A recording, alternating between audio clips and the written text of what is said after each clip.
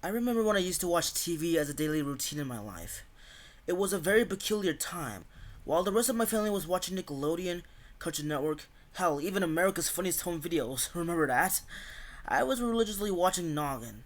I can guarantee you a lot of kids of today don't even know what Noggin is or even a definition of a noggin. Basically either a person's head or liquor. Today, in this nostalgic episode of Easy Explains, I'm going to be looking at one of the greatest preschool TV networks that was unfortunately forgotten by time. So, strap up, get comfy, and I shall start explaining.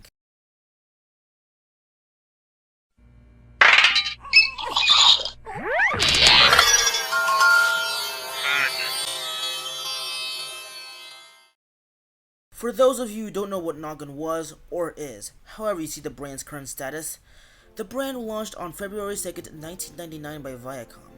Prior to the creation in 1995, Sesame Workshop, which at the time was originally called a Children's Television Workshop, had intentions of launching their own kids network called New Kid TV, but the concept never came into fruition. At the same time, Nickelodeon was also planning to launch their own kids network called The Big Orange. After Nickelodeon's president, Caroline Laybourne, I hope I pronounced it correctly, left the company in 1996, the Big Orange project was shelved, and it wouldn't be until next year when the project was revived.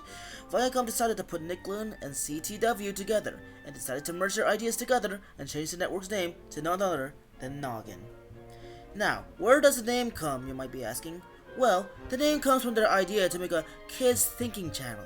They wanted an educational channel that would not only make the toddlers entertained, but would also help them excel in basic subjects, hence the name Noggin, a slang for someone's head. As part of the planning process, Nickelodeon, Simon & Schuster, and Paramount Television produced a pilot for Noggin called Inside Eddie's Head. We interrupt this program for a special live report from Inside Eddie Johnson. For more, we go to Bruce Peebles, somewhere inside Eddie's brain. I'm here in Eddie's cerebral cortex with brain supervisor Jane Osgood. We've just gotten word that Eddie has spotted Emily Fleck, a girl from school he has a crush on. Wow. What's it gonna be, Eddie? Fight or flee? Come on. She's not gonna bite you. Eddie taking care of business. He's gonna fight! All right, Eddie. What happens now? Well, I guess our little lover boy's finally gonna talk to her. The question is, what is he going to say? Their main demographic for kids was those aged 6 to 12. In March of 1997, Nickelodeon announced to the public that Noggin would launch as commercial-free in 1998, but would suffer a year-long delay.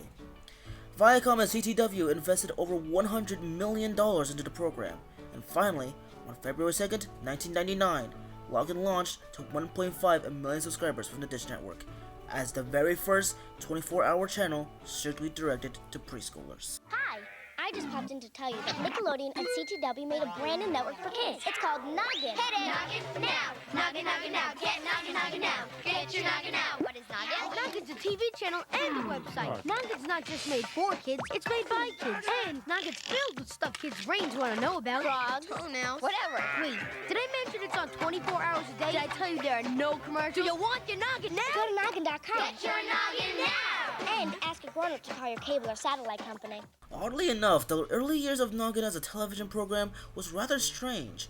Sweepstakes took center stage for the program.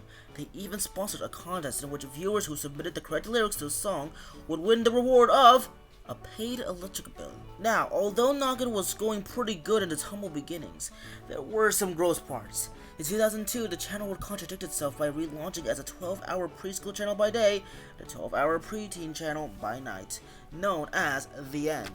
I'm honestly not even sure what they were thinking of by pulling off a move like this, considering most teens don't even have the patience to wait until nighttime to watch some channel called The End. They could just watch Nickelodeon or Cartoon Network. I feel bad for whoever specifically grew up with The End. Another problem was the identity struggle. The original mascot wasn't even the ones we know and love, who I'll reveal momentarily. The original mascot was some walking blue circle named Feet Face. I hope that isn't erotic. It's time to start Noggin. Let's go. Can you help me sing our song? Seeing, smelling, hearing, telling something new. New to think and to do.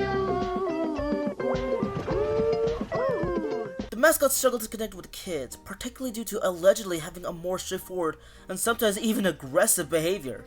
The channel's overall design was also a problem. Something had to change. So, in 2003, Noggin was all set for a redesign. Viacom partnered with schools in an effort to research what would make the channel improve. Executives at Noggin were also sent to tour around many different schools around New York, and in April 2003, the redesign was launched. The channel even got a new slogan, Noggin. It's like preschool on TV. No longer was the channel filled with so many bright colors to the point where it looked like an acid trip. Instead, the channel looked more artsy. That's because, as part of the redesign, Amy Friedman, who was the Senior Vice President of Development at Noggin, decided to give the channel a more arts and crafts-esque look. They even ditched the poorly received Fee face and introduced the new faces of Noggin, which was Moose and Z.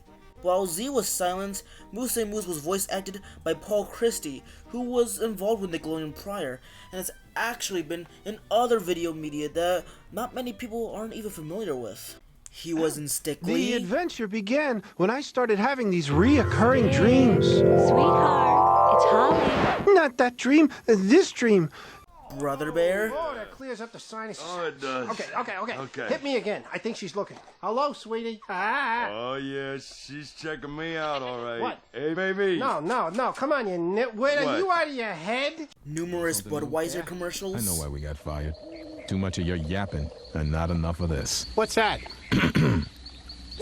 Hey, that was uncalled for. Oh, and electrocuting us last year was okay. That was a joke. Ah, you like jokes, huh? Here's one for you. Two frogs walk into a bar. One of them does this. Ow! Slap the punk!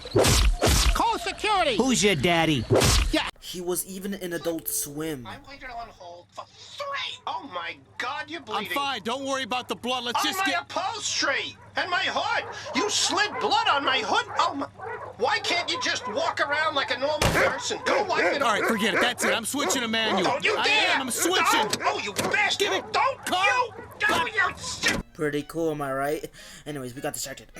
Anyways, the redesign was proven to be a massive hit with kids and parents, and on December 31st, 2003, it was reported that the redesigned Noggin channel was teaching to over 31.7 million households, which was, fun fact, twice the amount of PBS Kids' audience. The channel had a mediocre 9 million. It was even deemed a failure. So, in an effort to surpass Noggin, PBS Kids launched a separate channel called PBS Kids Sprout. Off topic, I know, but I felt it was a little fun fact worth mentioning. The rest of Sprout is, of course, history. But of course, nothing lasts forever. On February 23rd, 2009, Viacom announced that Noggin would be transformed into Nick Jr. The change took effect on September 28th, 2009 at 6 a.m. local time. Nick Jr. still had some continuity with Noggin. However, that wasn't enough. And by March 1st, 2012, all Noggin-related material on Nick Jr. was completely phased out, making Noggin dormant. But there does exist a bright side to this tragic ending.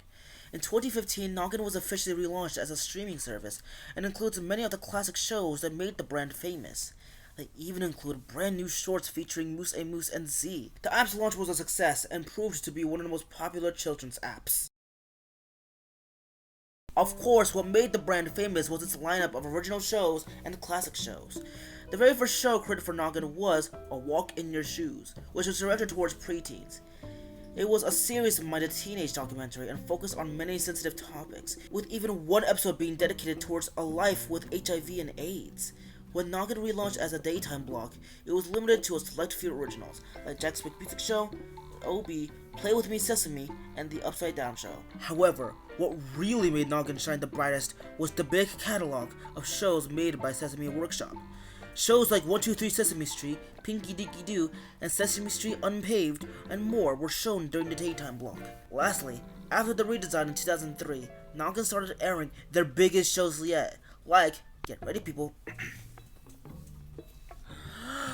The Backyard Against Blue's Clues, Dorothy Explorer, Go Diego Go, Go Logo Island, Little Building, How Kylie, Oswald, Wonder Pets, Franklin, Little Bear, Maggie and the First Bees, Macy, Max and Ruby, Miss Spider, Sunny Patch, Friends, Wow Wow Whoopsie, and Yo Gabba Gabba. Whew! What a giant catalog! Yes, Noggin had everything kids needed to be entertained. One could now see a clearer picture on why Noggin was, in every way, factually better than PBS Kids.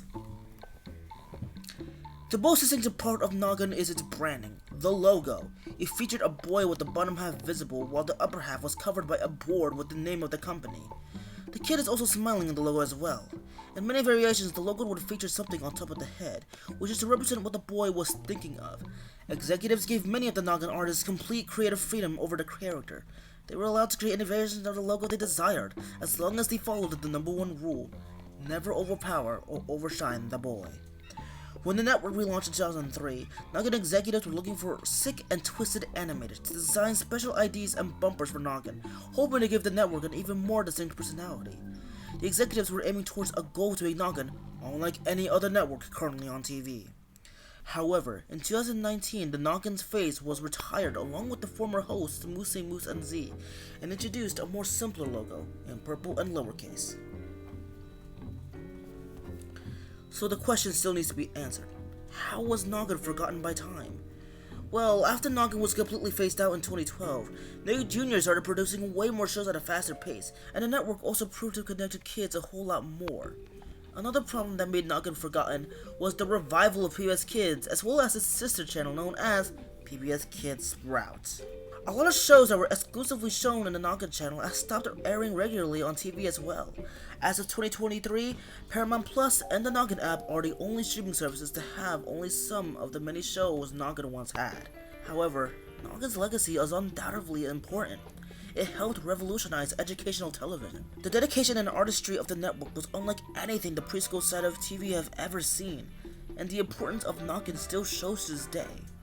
Thanks to YouTube, Noggin's past is mostly preserved, and in many videos you can see countless comments from people remembering the network and recognizing its forgotten importance. So, even though Noggin isn't what it used to be, at least we still have its past to always look back on and enjoy. And so, I deem Noggin's history and legacy explained. Thank you guys so much for tuning into this episode. I hope you subscribe to stay tuned for future explanations. But until then, to my subscribers, y'all stay tuned. Goodbye.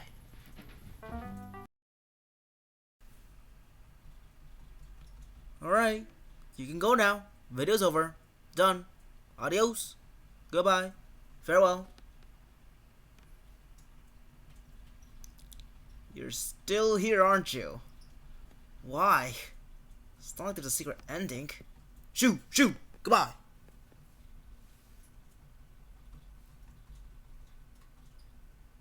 Are they gone? Alright. For those who stuck to the secret ending, here's a little sneak peek on what the next episode might possibly be. Of course it's subject to change, but as of right now, this is what it might just be.